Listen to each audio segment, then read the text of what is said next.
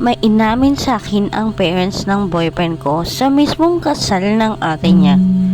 Hindi ko po ma-describe kung okay lang ba ang relasyon ko sa pamilya ng boyfriend ko. Kasi hindi po nila ako sinasama sa mga gatherings. Hindi ko alam kung ayaw ba nila sa akin or what, kaya naguguluhan ako. Isang beses, chinat ako ng papa ni boyfriend. Ini-invite ako sa kasal ng ate ni boyfriend. Expected ko naman na hindi ako i-invite kasi intimate wedding yun. At hindi pwede ang +1 unless pumayag ang ate ni boyfriend. Basta ang sabi lang sa akin ng papa niya, huwag kong sasabihin kay boyfriend. Isusurprise ko daw siya. Pagdating ko po sa seremonya, nandun ako sa pinakadulo. Kasama sa entourage ng boyfriend ko. Nakita niya ako at yung itsura niya na parang nagulat na sabi niya, anong ginagawa mo dito? Ngumiti lang ako.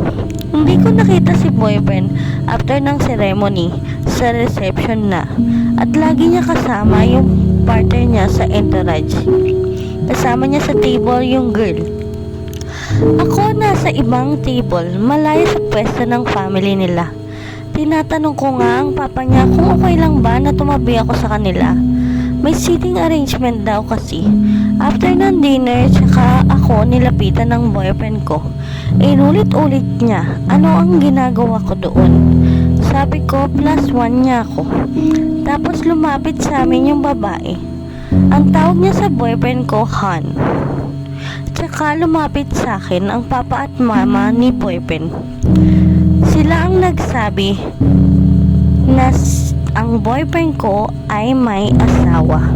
Nagsorry sila sa akin, hindi para ipahiya ako sa pamilya nila.